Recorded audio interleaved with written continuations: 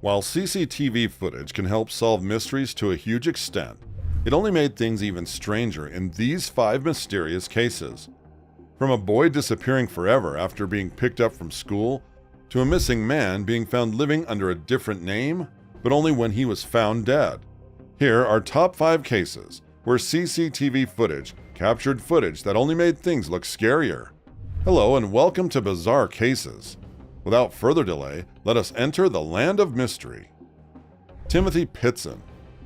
On May 11, 2011, Amy pulled Timothy out of school. When Timothy did not get off the bus after school that day, his father, James, panicked. But when he called the school, they told him Timothy had been picked up that morning by his mother. James called Amy immediately, but she failed to return any of his calls. James contacted her nearby family members, but nobody had seen or heard from her or Timothy. The last time James Pitson saw his son Timothy Pitson was when he dropped him off at Greenman Elementary School in Aurora, Illinois on May 11, 2011. 6-year-old Timothy hopped out of the car with his Spider-Man backpack. "I told him I loved him and to be good, and then he was gone," James Pitson recalled. His wife, Amy Pitson, would pick their son up less than an hour later. Citing a non-existent family emergency, she pulled the boy out of class for a surprise road trip. Within days, she'd turn up dead, but Timothy Pitson has been missing ever since. On May 12th, James called the police to report Amy and Timothy Pitson missing. But then, the very next day, Amy used her phone, except she didn't use it to call James. Instead, she called his brother. "I have no idea why she called my brother," James later said. His brother claimed that during the call, he could hear Timothy in the background playing or hanging out. But one part of the replayed phone conversation will ring in James's ear for a long time. Amy had said, "Timothy is fine. Timothy belongs to me. Timothy and I will be fine. Timothy is safe." On that same day, Amy also called her mother. "We're fine. We'll be home in a day or two. I just need some time to figure out and try to think about how to approach this," she reportedly said. But of course, Amy and Timothy Pitson never did return home. On Saturday, May 14th, staff at Rockford, Illinois motel, 80 miles away from Timothy's home, found Amy's lifeless body. She had cut her wrists and neck and taken an overdose of antihistamines. Timothy was nowhere to be found, and there was no evidence that he'd ever been in the motel room to begin with. But police did find a cryptic suicide note in which Amy wrote that Timothy was safe, but that "you will never find him." Between that note, business surveillance cameras, receipts from the motel room, and witness accounts, detectives were able to map the two's movements from the day of their disappearance as best they could, and that revealed a chilling road trip. Investigators now believe that as soon as Amy picked up Timothy from school, the two went to a car repair shop.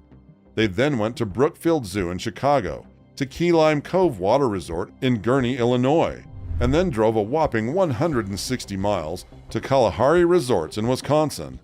Here, a surveillance camera captured Amy and Timothy Pitson checking out of the resort. The trail then headed back south and 120 miles back into Illinois. A security camera showed Amy entering a food market near Rockford on May 13th, but there is no sign of Timothy with her. The next day, a maid found Amy's body in a nearby motel room, and Timothy was missing. No suspects have been publicly identified in the case, and what little else is known about the baffling situation is that there was some marital strife between Timothy Pitson's parents. Amy was reportedly texting one of her ex-husbands shortly before her suicide, and James had found out. In early April 2019, a young man surfaced in northern Kentucky claiming to be Timothy Pitson. He told the police he had escaped the abuse of his longtime captors. Authorities compared DNA samples of this man's to Pitson's, and the results were shocking. Indeed, this man was making up his story. His name was actually Michael Rennie, and when confronted with DNA results proving he wasn't who he claimed, Rennie admitted the truth. Rennie revealed that he had just seen a story about Pitson on ABC's show 2020 and wanted to run away from his own family, said the FBI. Rennie's story had briefly and cruelly raised hopes within Timothy's family that their lost child had been found.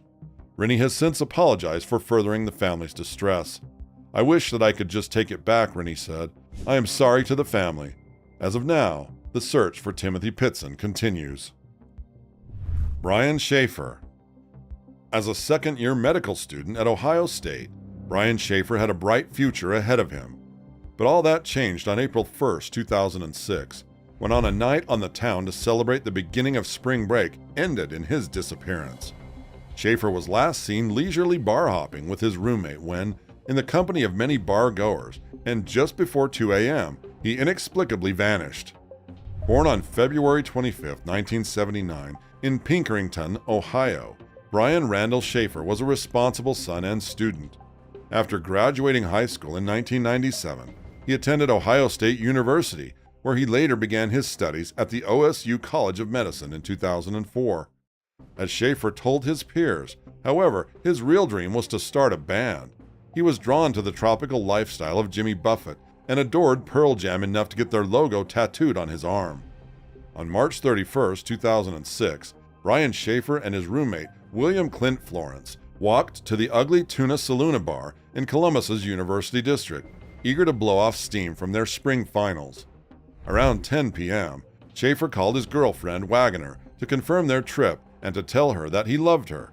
Wagner was headed to visit her parents in Toledo before reuniting with Schaefer on Monday morning. After shots and beers at the Ugly Tuna, the two men ambled to the Arena District and Short North, where they met Meredith Reed, Florence's friend, who offered to drive them back to the Ugly Tuna.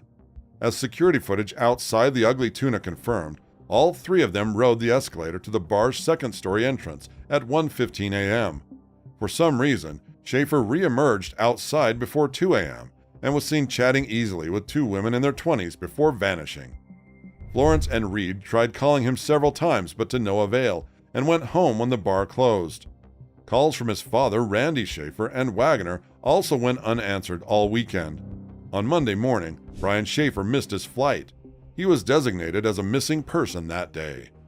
During the first few days of his disappearance, up to 50 cops searched for him at any one time.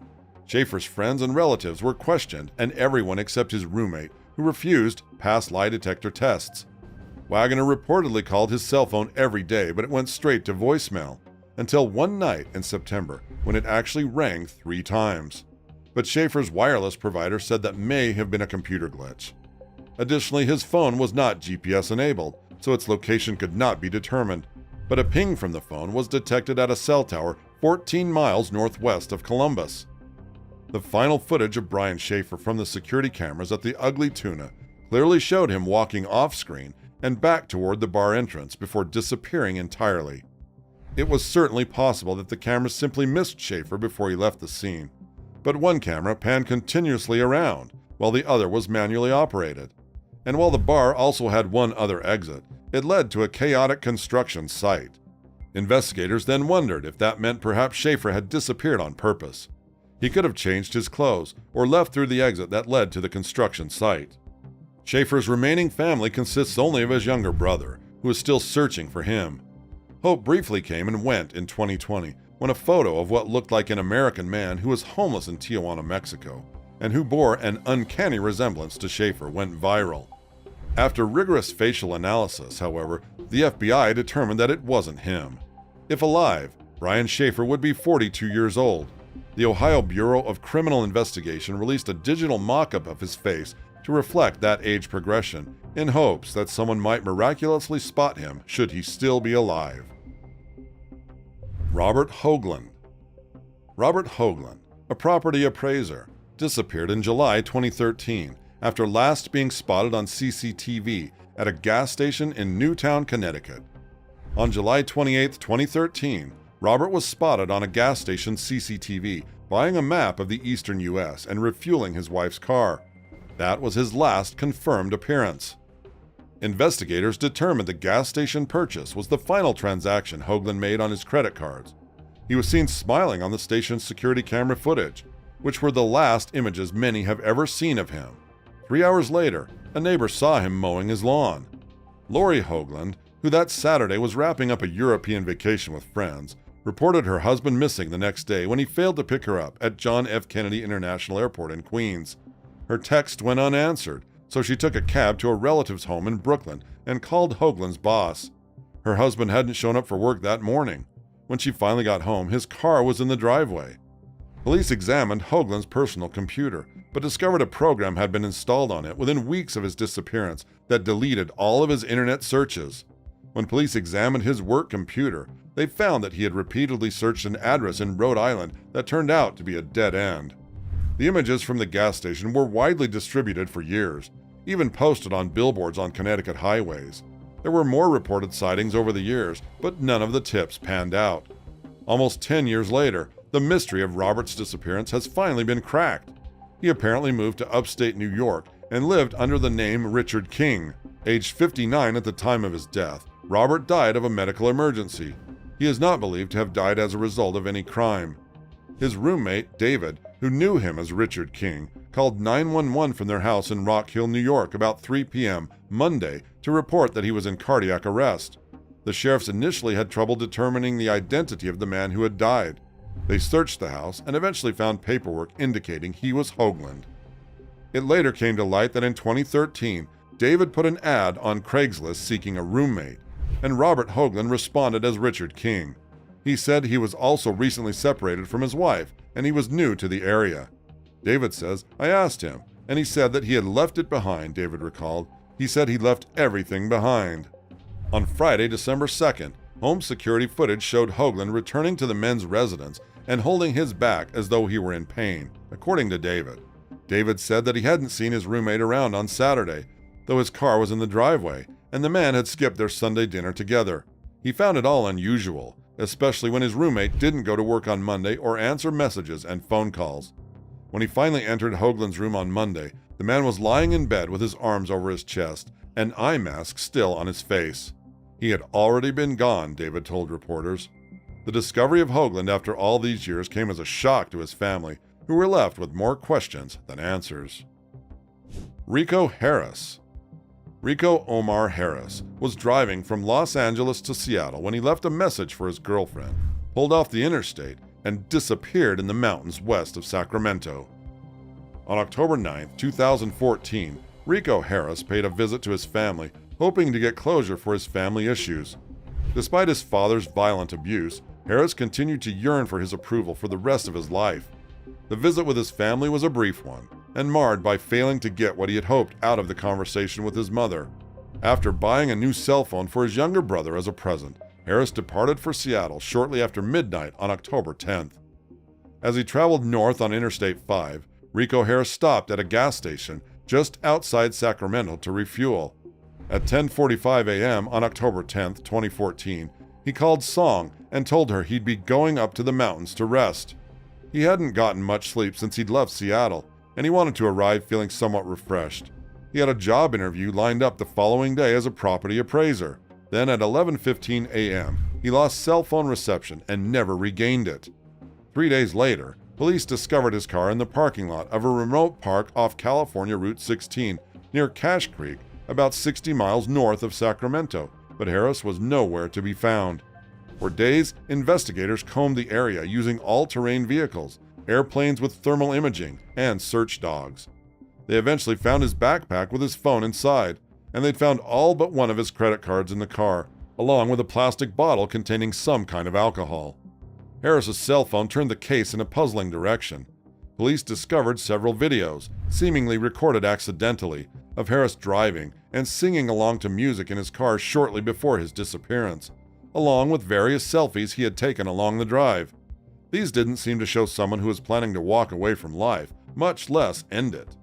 There were a few sightings of a man matching Harris's description in and around the park the day he vanished, but he has never been located.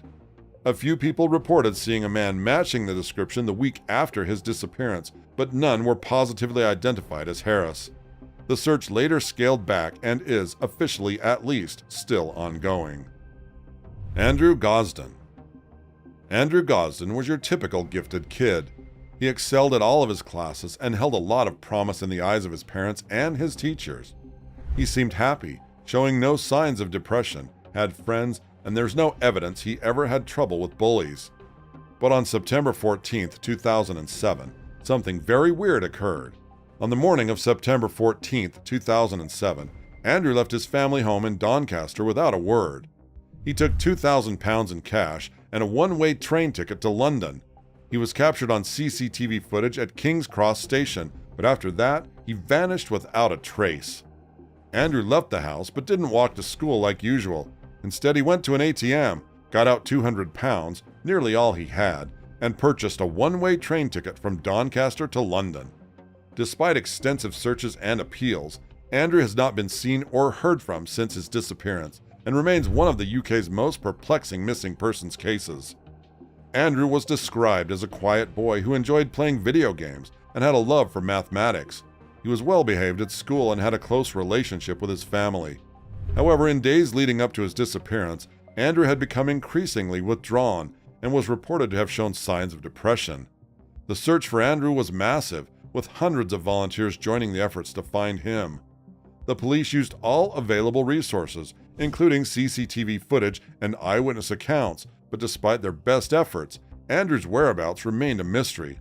The case was treated as a missing persons case, but police also considered the possibility of foul play. Andrew's disappearance generated widespread media attention and has been the subject of numerous appeals for information. His parents, Kevin and Glenys Gosden, have tirelessly campaigned for information about their son's whereabouts and have made numerous appeals for the public's help in finding him, and have offered a reward for any information that could lead to his discovery. Over the years, there have been numerous reported sightings of Andrew, but none have been confirmed. The case has also been the subject of numerous theories and speculations, but despite all the attention, the mystery of Andrew Gosden's disappearance remains unsolved. Andrew's story has touched the hearts of people across the UK and beyond, and his parents' tireless efforts to find him have been an inspiration to many. The case of Andrew Gosden serves as a reminder of the devastating impact that a missing person can have on their loved ones and the community. What are your views on this video? Do you believe these cases could have been handled differently, and that with the help of the CCTV footage, a better investigation could have been conducted? Let us know your thoughts in the comments section below. Thanks for watching this video. If you liked our efforts in the research of this video, please make sure to like, share, and subscribe to our channel so that you never miss out on our content. Catch you in the next video.